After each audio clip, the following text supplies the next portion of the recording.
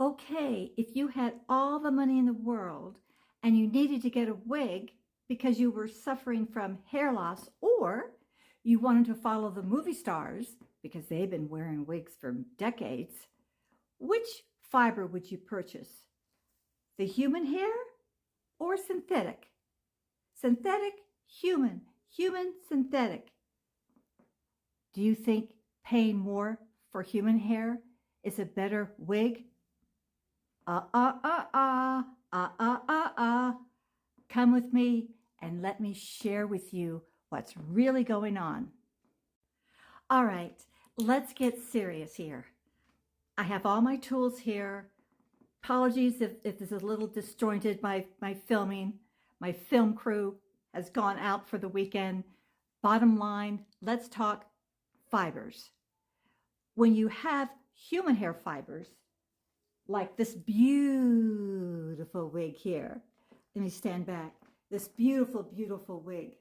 Gorgeous human fibers. You could do the same with human fibers as your own hair.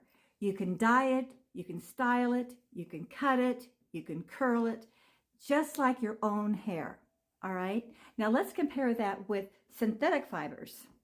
This is a synthetic fibers.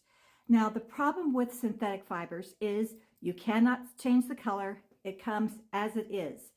Also, it comes with a style. Some could be straight, some could be curly, but it's all built in the synthetic fibers.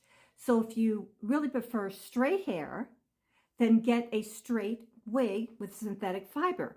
However, do be aware that synthetic fibers, you have to pay a little bit more, what they call a heat-friendly fiber, which means you can use a curling iron.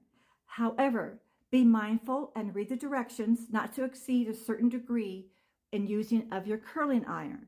But yes, you can buy a synthetic fiber wig and you can style it and even curl it, but it's called a heat-friendly. So always look for either a heat-friendly or not a heat-friendly, because the ones that are not a heat-friendly, it won't work. So keep those items in mind. Now let's talk about price. I bet most of you think today to get a gorgeous, gorgeous, gorgeous human hair wig is going to cost a fortune, right? This is so beautiful. I just love it. Guess how much this 100% human hair wig cost me, including shipping? $27.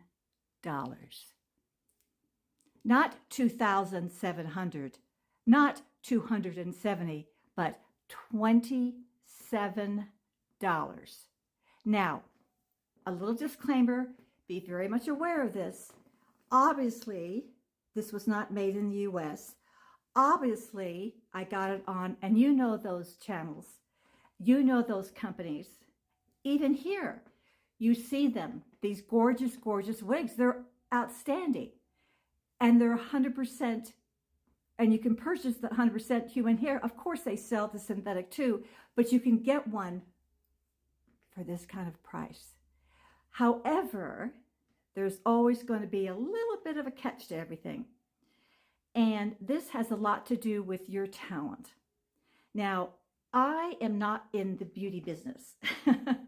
I had my own protocol training company, plus I was a flight attendant.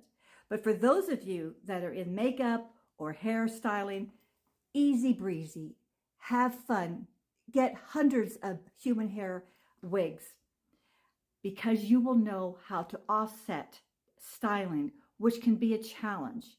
And I'm going to get into explaining to you briefly the difference between the two. And in my follow-up video, I'll get into more of the construction of wigs, the inexpensive versus the expensive, or the higher quality. However, let me make one thing clear. Back in the 70s, my generation, you never thought about getting a wig. And anyone that bought a wig looked like they were wearing a wig, right? So when I experienced my hair loss and jumped into this world of wigs, like this is a wig here, I'll put the color in the link down below. You can get a 15% discount. But what's interesting is I didn't realize that these synthetic fibers were so beautiful. The styles, the colors, everything about them.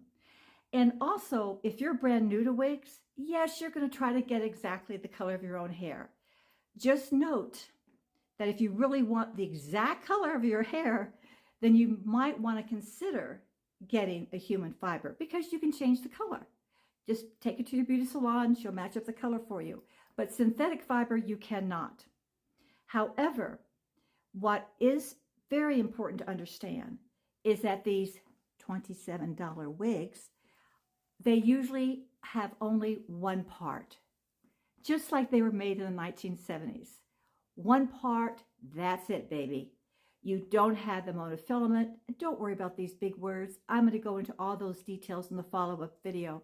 But you don't have the option of parting at all different locations compared to the synthetic wigs where I can wear this and part it all over the place.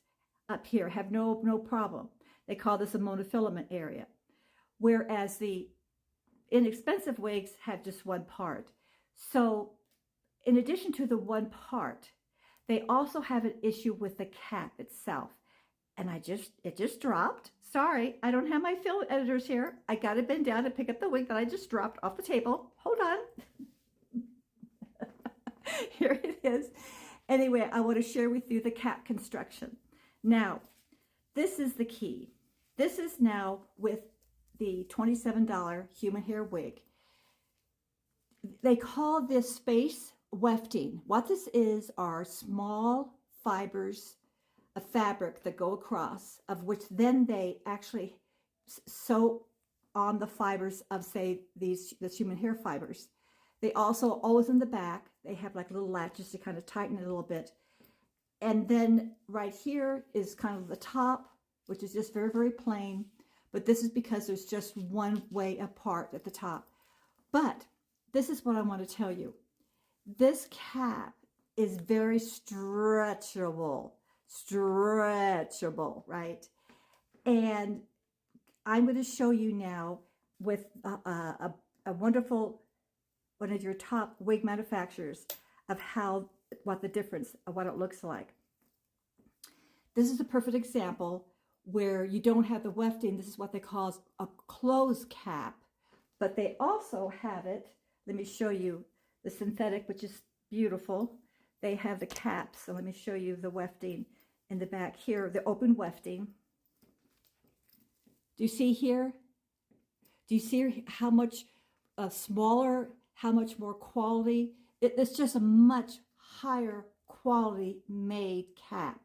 What does this mean when you have a high quality cap? Raise your hand. Okay, you, Sally, over there, huh? Yes. When you have a very top quality cap, it's going to stay on your head with no issues.